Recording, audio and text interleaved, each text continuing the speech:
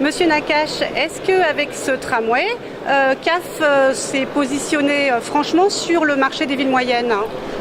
C'est clairement un positionnement de CAF, mais CAF peut se positionner sur tous les types de marchés, puisque nous avons dans notre type de technique à peu près tout ce qui existe dans le domaine du ferroviaire, du train à grande vitesse jusqu'au tramway long ou compact.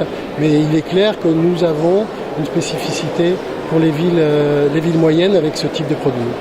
C'était quand même un véritable défi de réaliser un tramway à 15 millions d'euros du kilomètre. C'est effectivement, on remercie d'ailleurs le président du Grand Besançon, Jean-Louis Fousseret, de nous avoir poussé à le faire. On avait dans nos produits déjà en service, par exemple à Bilbao, des trams de moindre taille, c'est-à-dire 22-24 mètres de longueur, mais ils n'étaient pas forcément optimisés comme nous avons été amenés à le faire pour la ville de Besançon. Donc c'est effectivement un tramway optimisé qui utilise des techniques éprouvées et en même temps des techniques nouvelles développées par notre groupe, mais en même temps il est optimisé, tant en ce qui concerne la traction, qu'en ce qui concerne le montage et l'ensemble de sa conception. De plus, c'est un matériel qui est évolutif.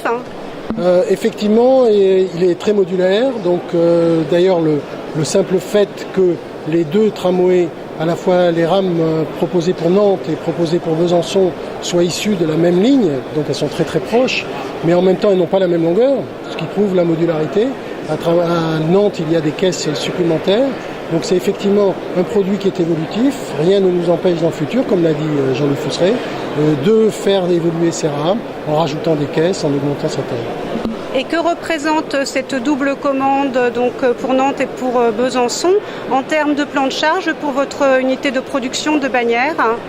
Déjà pour nous, avant de parler de termes de plan de charge, pour nous c'est très important de faire vivre ce site de Bagnères. C'est un site historique sur lequel ont été construits de nombreux matériels ferroviaires, qui a construit des automotrices encore récemment, qui construit actuellement par exemple des chaudrons, des caisses donc, de tram-train pour Cadix, par exemple en Espagne. Et donc c'est important pour nous de le faire vivre grâce à ces nouvelles commandes. Donc effectivement on a un plan de charge avec ces nouvelles commandes qui vont de 2012, de maintenant, puisqu'on a commencé le tramway de Nantes, et de 2012 jusqu'à 2014 à peu près. Mais c'est important pour nous, après, de nous développer pour faire développer ce site de Bagnères, puisque pour nous, c'est très important de faire vivre ce site. Merci beaucoup, Monsieur Nakache. Je vous en prie.